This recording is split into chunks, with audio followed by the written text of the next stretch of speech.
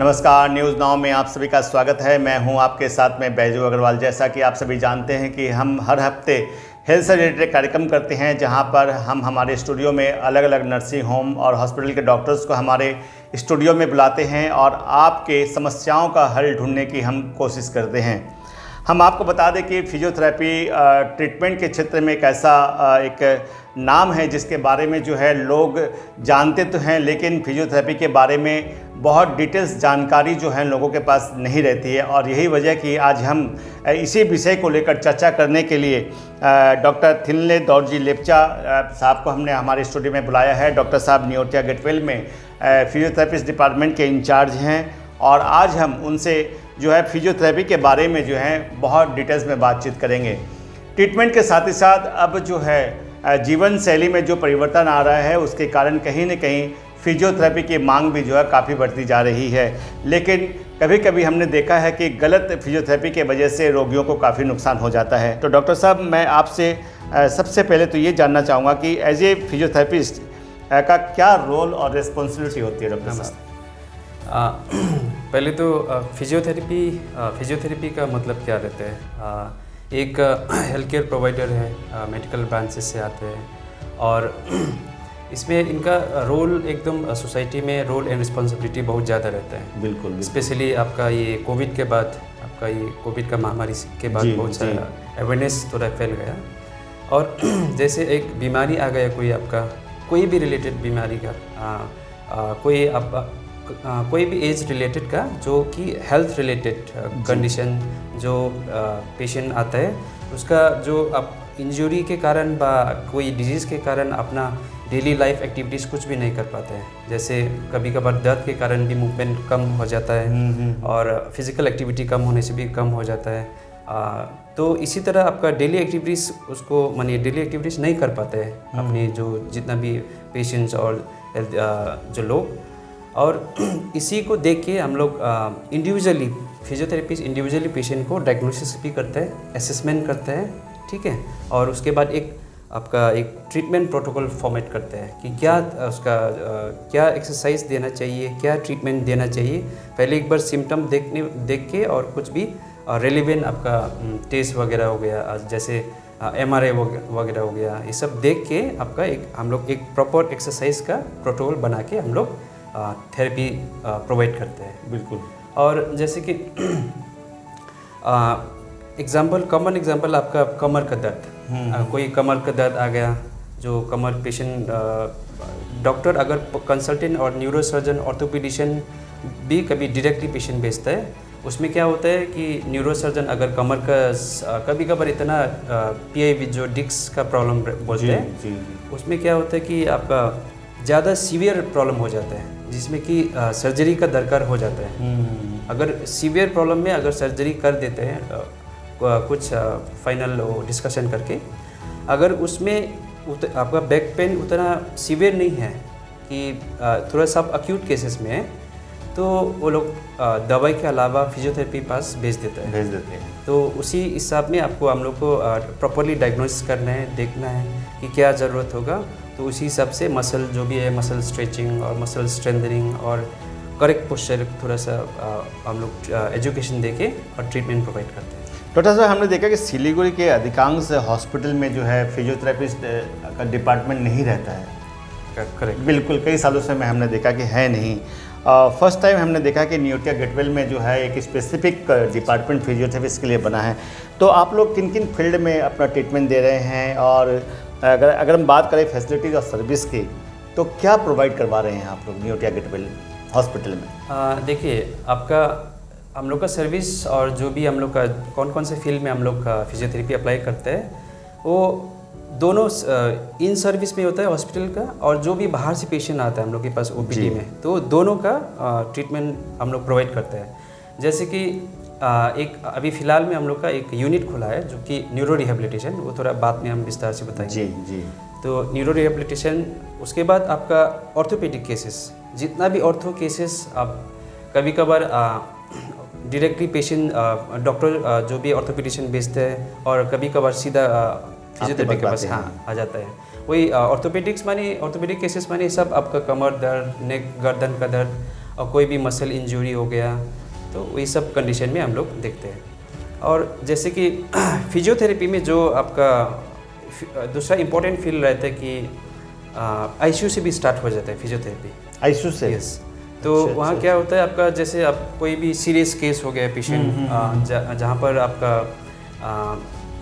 Patient को ventilation का दरकार हो गया, वहाँ पर से जब कंसल्टेंट और जो भी इंटेंसिविस्ट रहते हैं वो लोग फिजियोथेरेपी के लिए रेफ़र कर देता है। तो हम लोग जाके डिस्कशन करके देन हम लोग फिजियोथेरेपी स्टार्ट करते हैं। जैसे सिंपल एग्जांपल, अगर पेशेंट सेडेशन में है, बेहोश है और स्थिति बहुत ख़राब है, उसमें वेंटिलेशन ट्यूब के सहारे से सांस ले रहे हैं मशीन के द्वारा से, तो उसमें क्या होता है आपका हम लोग का एक स्पेशल टेक्निक रहता है चेस्ट फिजियोथेरेपी करके।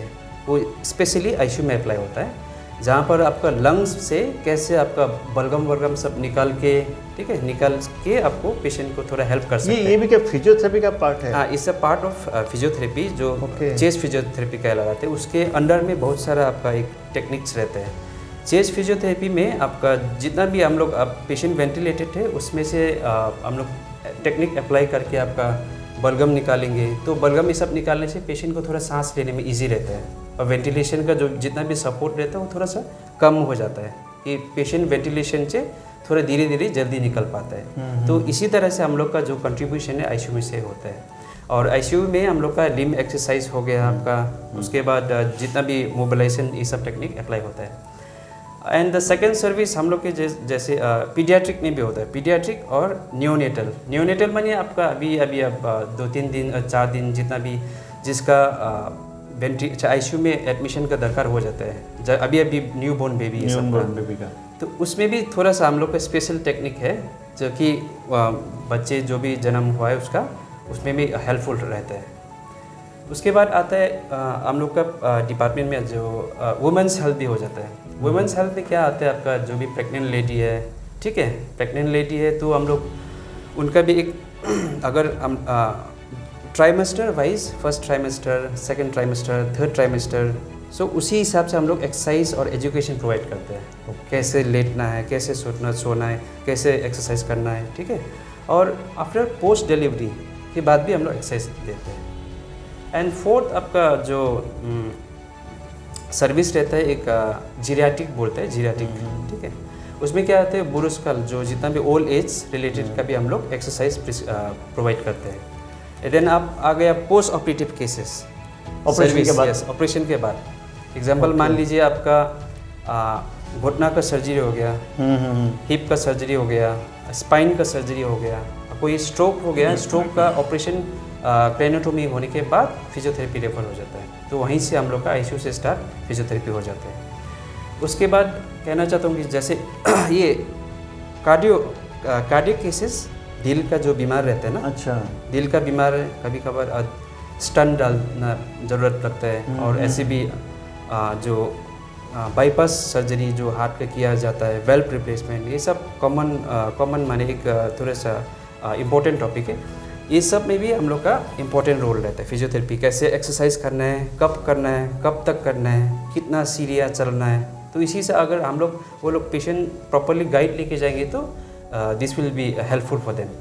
ऐसे दर्शकों, हम जो है फिजियोथेरेपी के बारे में डॉक्टर साहब से बहुत इंटरेस्टिंग जानकारी ले रहे हैं, और आप में से हम में से लोगों को जो है फिजियोथेरेपी के बारे में सारी जानकारियां है नहीं, और डॉक्टर साहब ने जो बातें बताई हैं निश्चित रूप से ये बहुत इन्फॉर्मेटिव है हमारे लिए, और ये सेशन भी आप और हमारे लिए बहुत इंपॉर्टेंट है। आप इस कार्यक्रम को जरूर देखिए, इस कार्यक्रम से जो है आपको बहुत सारी जानकारियाँ मिलेगी। जैसा कि डॉक्टर साहब ने कहा कि फिजियोथेरेपी का जो है आईसीयू में भी उपयोग होता है, जो न्यूबॉर्न बेबी होते हैं उनको भी जो है फिजियोथेरेपी की ज़रूरत पड़ती है, जो गर्भवती महिला है जिन्होंने बच्चा को जन्म दिया है, गर्भवती माँ को भी जो है फिजियोथेरेपी की ज़रूरत पड़ती है। और साथ ही साथ डॉक्टर साहब ने अभी कहा कि जो हार्ट के पेशेंट हैं उनके लिए भी फिजियोथेरेपी बहुत इम्पॉर्टेंट पार्ट होता है। तो डॉक्टर साहब, मैं आपसे ये जानना चाहूँगा कि जो लाइफ स्टाइल में जो काफ़ी चेंजेज आए हैं, अभी लोग ऑफिस में बैठते हैं, वर्क फ्रॉम होम हो रहा है, बहुत स्ट्रेस है लोगों का, तो हमने देखा कि अक्सर ऐसे लोगों को जो है गर्दन में, कमर में, घुटने में जो है दर्द रहता है, तो इनके लिए फिजियोथेरेपी कितना इम्पोर्टेंट है डॉक्टर साहब? देखिए, एक हम लोग को एक जो मेडिकल और हम लोग प्रोफेशन के टर्म पे यूज़ करेंगे तो हम लोग अर्गोनॉमिक्स कहला जाता है इसको, ठीक है। जैसे कि आप पेशेंट आप जो भी हो, आप स्पेशली एग्जांपल हम लेंगे आईटी वर्कर्स में, बिल्कुल कंप्यूटर चलाएंगे, ठीक है। कंप्यूटर चलाते समय वो लोग का इतना माने अपना काम के अलावा उतना आपका क्या कंप्यूटर पर ध्यान रखना, गर्दन झुकाना, बहुत तरह की चीज़ें होती हैं। तो उसके लिए एक स्पेसिफिक एक्सरसाइज रहता है, क्योंकि जो वो लोग का एक कंप्यूटर एक सही लेवल में नहीं रहता है, कितना हाइट होना चाहिए, चेयर कितना हाइट होना चाहिए, तो ऐसे बैक कितना सपोर्ट होना चाहिए, आपका ये हाथ का कंधे और कितना स्ट्रेट होना रहना चाहिए, तभी ना आपका जितना भी मसल जो पोस्चर रिलेटेड मसल रहता है वो थोड़ा सा स्ट्रेट रहेंगे। तो उसी एक हम लोग एजुकेशन प्रोवाइड करते हैं जो अर्गोनॉमिक्स कहलाता है, जहाँ पर हम लोग कई सारा एक वर्कशॉप भी किया है इसका रिलेटेड में। और हॉस्पिटल में जितना भी जो स्टैटिक पोस्चर बैठी रह के कंटिन्यूसली काम कर रहता है, उसका बहुत सारा उसमें ये हेल्थ रिलेटेड इशू आ जाता है। नेक पेन आप बताए थे, नेक पेन, गर्दन से बैक पेन, घुटना का पेन, ये सब डेवलप हो जाता है। तो उसमें क्या कीजिएगा, कंटिन्यूसली स्टैटिक पोस्चर में नहीं रहेंगे, आपको थोड़ा सा काम कीजिएगा, फिर उठ के वॉक भी करना पड़ेगा। और एक सही तरीके से एक्सरसाइज, फ्री हैंड एक्सरसाइज अपने से माने करना जरूरी होता है, लेके करना चाहिए। और बेस्ट है कि आप एक बार फिजियोथेरेपी के पास आइए, तब कंसल्ट करके कि ये करना है, ये नहीं करना चाहिए, ये सब बता सकते हैं। बिल्कुल डॉक्टर साहब, अभी भी हमने देखा कि फिजियोथेरेपी के बारे में अवेयरनेस बहुत कम है, लोगों को पता नहीं होता कि भाई हमें क्या करना है, क्या नहीं करना चाहिए। तो इसके बारे में आप क्या कहना चाहेंगे कि कितना ज़रूरी है अवेयरनेस? देखिए, फिजियोथेरेपी अभी कहीं पर भी, अगर इस एग्जांपल सिलीगुड़ी में अगर कॉमन जगह कहीं पर जाएंगे तो इनका फिजियोथेरेपी करना चाहिए बोलेंगे, तो डॉक्टर साहब बोलेंगे तो लोग का एक माइंड में आ जाते कि इसको फिजियोथेरेपी माने एक तो मसाज करना है, बस मसाज से आप बैक पेन हो रहे तो कमर में थोड़ा मसाज कीजिए, और कंधे में दर्द है कंधे में मसाज कीजिए, तो उसे ठीक हो जाता है। तो ये एक बहुत गलत तरीका है, वो गलत इन्फॉर्मेशन मिला है वो लोग का, जितना भी अवेयरनेस कम है एक्चुअली। तो इसीलिए जितना भी एक क्वालिफाइड फिजियोथेरेपी जो रहता है, जो हॉस्पिटल में स्पेशली अवेलेबल रहता है, जो वहाँ जाके आप एक बार कंसल्ट कीजिएगा तो ये प्रॉब्लम है, तो उसी हिसाब से आपका सर्विस भी दिलाते हैं। डॉक्टर साहब, हमने देखा है कि सिलीगुड़ी शहर में भी हमने देखा कि जगह जगह बैनर पोस्टर लगे रहते हैं कि फिजियोथेरेपिस्ट, हाँ काफ़ी ऐसे लोग हैं जिनके पास ट्रेनिंग नहीं होती है, ट्रेंड है नहीं, लेकिन उन्होंने एक सेंटर खोल रखा है। कितना डेंजरस है ये एक रोगी के लिए? देखिए, अब क्लिनिक खोल के बैठना तो कोई किसी का भी एक माने कोई भी खोल के रह सकता है, तो लेकिन अंदर में फिजियोथेरेपी के पास कितना क्वालिटी है, अब क्या एक क्वालिफिकेशन है, वो तो आपको एक बार एक बार ढूंढना पड़ेगा फिजियोथेरेपी कैसे क्वालिफाइड रहते हैं। तो जितना भी क्वालिफाइड फिजियोथेरेपी रहेगा तो उन एकदम सा इंडिपेंडेंटली फिजियोथेरेपी क्लिनिक खोल के आप वो इंडिपेंडेंटली पेशेंट देख भी सकता है। डॉक्टर साहब, काफ़ी हम में से काफ़ी ऐसे लोग हैं, मुझे भी पता नहीं है कि फिजियोथेरेपी के एक कोर्स होता है। हाँ, तो ये जो कोर्स होता है इसके बारे में बताइए, क्योंकि ये सेशन बहुत इंपॉर्टेंट है, क्योंकि जानकारी देना बहुत ज़रूरी है कि जो लोग ट्रेंड है नहीं उनसे बिल्कुल भी जो है फिजियोथेरेपी नहीं कराना चाहिए, इससे आपको नुकसान हो सकता है। तो डॉक्टर साहब, आप हमारे दर्शकों को बताइए कि फिजियोथेरेपी का जो कोर्स है वो कितने साल का है, किस तरह आप लोग इसको करते हैं, क्या ट्रेनिंग होती है, इस बारे में थोड़ा सा हमारे दर्शकों को बताइए। देखिए, अगर आपको फिजियोथेरेपी, क्वालिफाइड फिजियोथेरेपी आपका आइडिया में आएंगे, कहीं सुनेंगे, तो वो लोग का मोटा मोटी स्टडी ड्यूरेशन रहता है 4.5 years.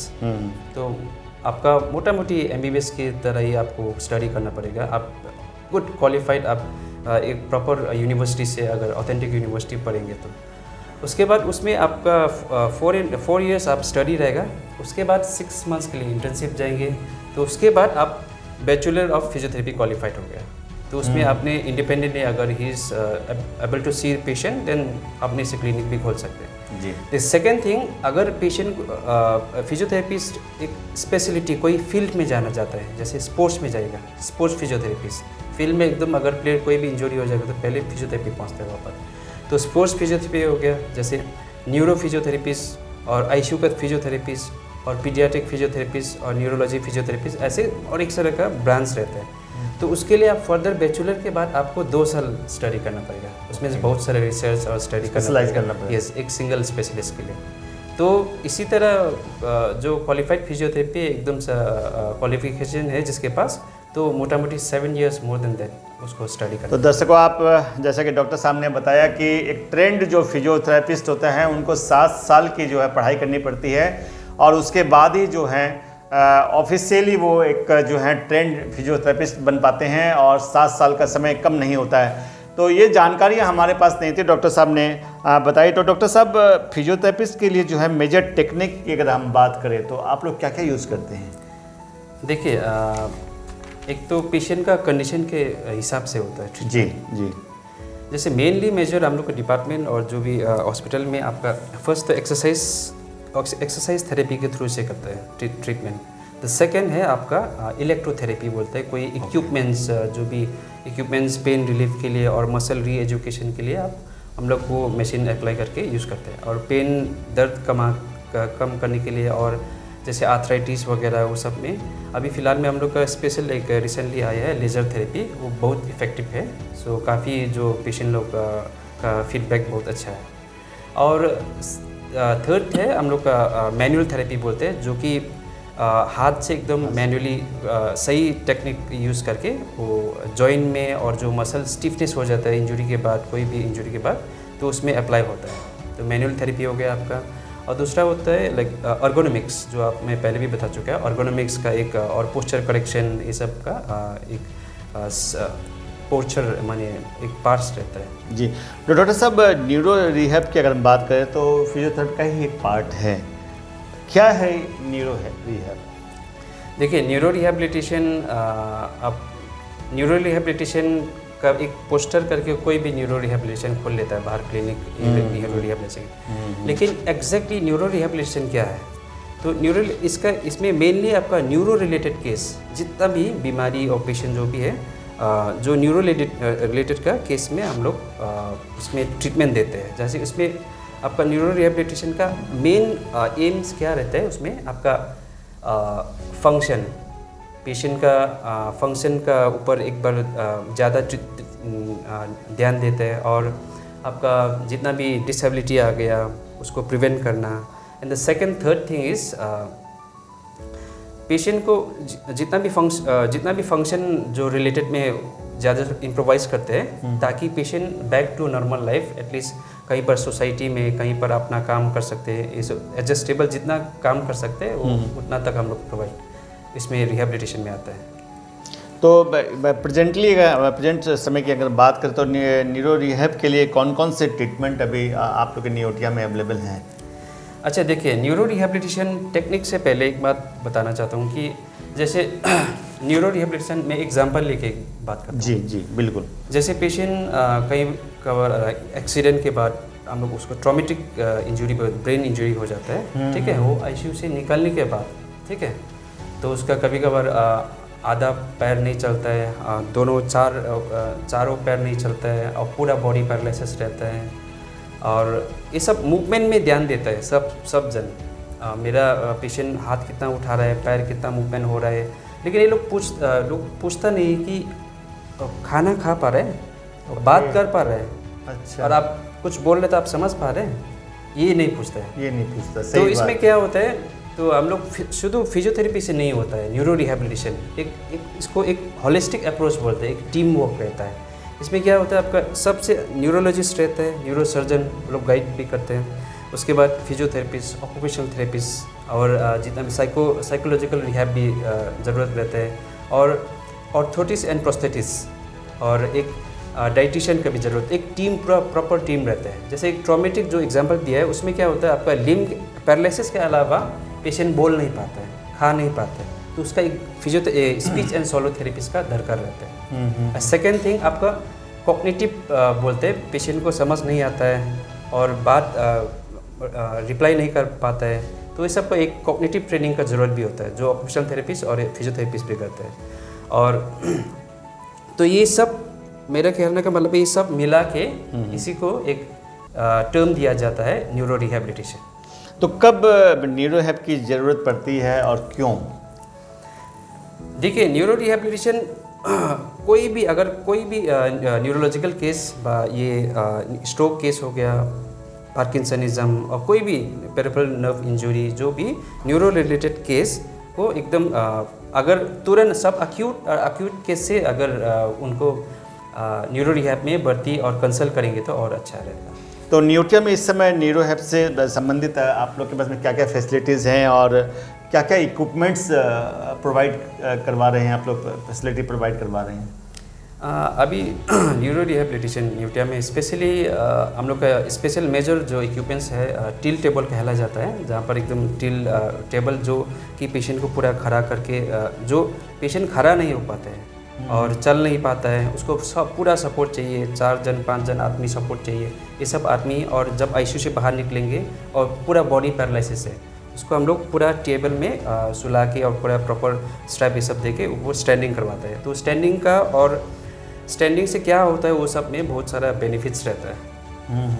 And the second thing is आपका एक बॉडी वेट सपोर्ट करके आता है, body weight supported treadmill training करके, जहाँ पर आप जैसे मान लीजिए एक स्ट्रोक पेशेंट आपका उसको चलने के लिए बहुत सारा सपोर्ट चाहिए और एक उनको स्टेबिलिटी एक कॉन्फिडेंट नहीं रहता है, तो उसमें क्या होता है और उसको एक हार्नेस पहनाया जाता है जो body weight supported treadmill training पे हार्नेस सपोर्ट दिया जाता है, तो उस पर एक कॉन्फिडेंट उसको डेवलप होता है। अच्छा। पूरा सपोर्ट ऊपर से लटका के सपोर्ट दे के तो वहाँ पर एक ट्रेडमिल में हम लोग चला के वहाँ पर ट्रेनिंग करवाता है, जैसे स्टेपिंग अप और वॉकिंग का। तो ऐसे ट्रेनिंग करवाने से आपका चलने का आपका इन्वायरमेंट कहीं पर भी कहीं टेरेन पे चला जाइए वहाँ पर चलने का उसका थोड़ा सा कॉन्फिडेंट डेवलप हो जाता है। डॉक्टर साहब, हमारे व्यूवर्स ये कार्यक्रम देख रहे हैं, जो व्यूवर्स या जो लोग बाहर से आकर ट्रीटमेंट कराना चाहते हैं उनके लिए न्यूटिया गेटवे में क्या व्यवस्था आप लोग के पास है? देखिए अभी जो न्यूटिया हॉस्पिटल में आपका न्यूरो रिहेबिलिटेशन हम लोग स्टार्ट किया, पहले से 3 मंथ्स पहले से हम लोग का ट्रायल पहले से अच्छे से अंदर से चल रहे हैं। हम लोग जितना भी आईसीयू का इन पेशेंट है उनको सब हम लोग न्यूरो रिहेब करवाते हैं। तो स्टार्टिंग और अभी भी आता है, बाहर से डायरेक्टली पेशेंट कहीं पर कांटेक्ट करके आता है, जैसे स्ट्रोक केस हो गया और वो लोग आके हम लोग ट्रीटमेंट सर्विस भी प्रोवाइड कर रहे हैं। और अभी फ़िलहाल में हम लोग को अगर ज़्यादा जानकारी है और ज़्यादा कैसे अवेयरनेस चाहिए और कब करवाना है तो हम लोग का डिपार्टमेंट कभी भी ओपन, तो आके कंसल्ट कर सकते हैं। तो फिजियोथेरेपी को लेकर क्या अलग से वार्ड है न्यूटिया गेटवे हॉस्पिटल में? नहीं, हम लोग का एक न्यूरो रिहैब का एक अलग से सेटअप किया गया है, मैंने प्रॉपर मोटामोटी it's a big department. And the second is हम लोग का फिजियोथेरेपी की डिपार्टमेंट अलग से है, लेकिन वार्ड जैसे नहीं है, जो ओपीडी सर्विस का जो जितने भी पेशेंट आते हैं हम लोग वो ट्रीटमेंट करते हैं। दर्शकों, आज हमने फिजियोथेरेपी के बारे में डॉक्टर थिनले दोरजी लेप्चा से जो है बहुत डिटेल्स में जानकारियाँ ली हैं और डॉक्टर साहब ने बहुत डिटेल्स में हमें समझाया है कि फिजियोथेरेपी कितनी इम्पॉर्टेंट पार्ट है ट्रीटमेंट का। और हम आपको बता दें कि न्यूटिया गेटवे में फिजियोथेरेपी से संबंधित जो है सारी फैसिलिटी अवेलेबल हैं, मॉडर्न टेक्नोलॉजी के साथ में जो है वहाँ पर ट्रीटमेंट किया जाता है। एक वेल इक्विप्ड वार्ड है, ट्रेंड नर्सिंग टीम है, ट्रेंड डॉक्टर्स हैं। तो कुल मिलाकर हम कह सकते हैं कि अगर आपको फिजियोथेरेपी से संबंधित कोई इलाज कराना है या कोई सलाह लेने की ज़रूरत है तो आप न्यूटिया गेटवे में आइए और डॉक्टर थिनले दोरजी लेप्चा से आप मिल सकते हैं, उनकी सलाह ले सकते हैं। इसी प्रकार अगले हफ्ते फिर एक नए कार्यक्रम के साथ हम आपके बीच में हाजिर होंगे। फिलहाल हम आपसे लेते हैं विदा, नमस्कार।